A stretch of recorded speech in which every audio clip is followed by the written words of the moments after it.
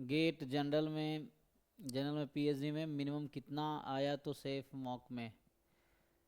नहीं मतलब जैसे जनरली अगर आप गेट दे रहे हो एग्ज़ाम, तो गेट का कट ऑफ जो होता है अराउंड 25 to 30 मार्क्स रहता है जनरल कैटेगरी का। तो अगर आपके मार्क्स जैसे मैंने कहा 45 या 50 है, तो पीएचडी के लिए ना, पीएचडी के लिए आप क्वालिफाई कर लो, कट ऑफ क्लियर कर लो, it is safe to get into IIT PhD के लिए, है ना। क्योंकि गेट पर डायरेक्ट एडमिशन नहीं होता है, ठीक है ना। गेट के थ्रू आप शॉर्टलिस्ट किए जाओगे फर्दर राउंड के लिए। उनका है कि आप पहले अप्लाई करोगे, then they will shortlist based on your NET और गेट स्कोर। तो मोस्टली क्या इसमें स्टैटिस्टिक्स में बहुत कम एस्पिरेंट्स हैं, ठीक है ना, इवन फॉर आईआईटी।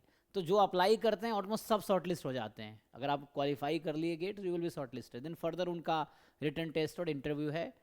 तो कुछ बच्चे है ना जो क्वालिफाई करें, अप्लाई करें, फिर रिटन टेस्ट में कुछ शॉर्टलिस्ट हो जाएंगे, फिर जो फाइनल बच्चे रिटन के बाद क्वालिफाई करेंगे वो इंटरव्यू देंगे, इंटरव्यू के बाद एडमिशन लिस्ट आएगी। So that is further rounds हैं, है ना।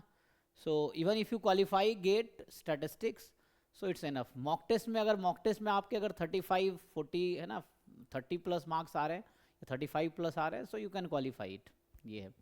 बट ट्राई बेटर है ना, कितना हो सकता है आप 50+ का टारगेट रखो एटलीस्ट। ये है, अगर 70-80 मार्क्स कर पाओ तो बहुत अच्छा है। 50 मार्क्स ले आओगे तो उसमें रैंक आपका अंडर 25 रहेगा, अंडर 30 रैंक होगा गेट स्टैटिस्टिक्स में, अगर आप 50 मार्क्स ले आते हो तो। ये है ठीक है जी। फिर ये मॉक में जितना आ रहा है उससे तो कभी घट जाएगा ना ये हाँ एग्जाम घट में? सकता है, वही जरूरी नहीं कि बढ़ भी तो सकता है। मान लो मॉक, क्योंकि ये सब रिलेटिव है, लेवल के अकॉर्डिंग है। इट्स नॉट लाइक कि जो मॉक का लेवल है वही उसका लेवल हो सकता है एग्जाम डिफिकल्ट आ जाए, तो फिर डिफिकल्ट आ जाएगा तो कम मार्क्स पे अच्छा रैंक आ जाएगा। पेपर इजी आ जाए तो फिर ज़्यादा मार्क्स पे भी कम रैंक हो सकता है। तो ये सब रिलेटिव है according to level of the paper, है ना। सो ऐसा एग्जैक्ट नहीं कह सकते ना कि इतने मार्क्स पे इतना ही होगा।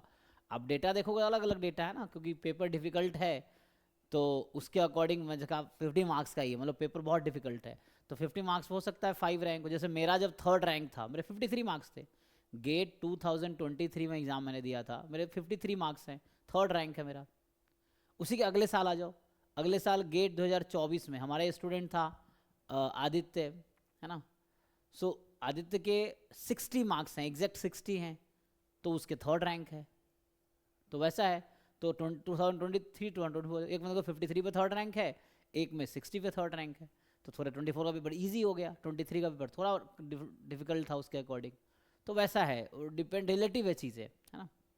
सो आप अगर 50 to 60 मार्क्स लाओगे तो आपके रैंक अराउंड अंडर 10 भी हो सकता है पेपर, अगर थोड़ा really मुश्किल है तो। उस तरह से है, ठीक है। तो ये है।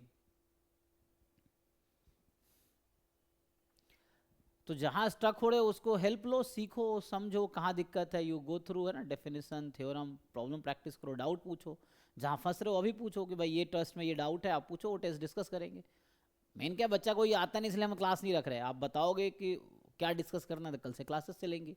अभी डाउट क्लास इसलिए हो रहा है कि डाउट किसी का है तो पूछो, नहीं है तो कोई कल किसी को डाउट नहीं था तो डाउट क्लास नहीं हुई। मतलब उस तरह से है। परसों भी ऐसे किसी को डाउट नहीं था, तो वैसा है। तो डाउट रहेगा तो डाउट डिस्कस होगा।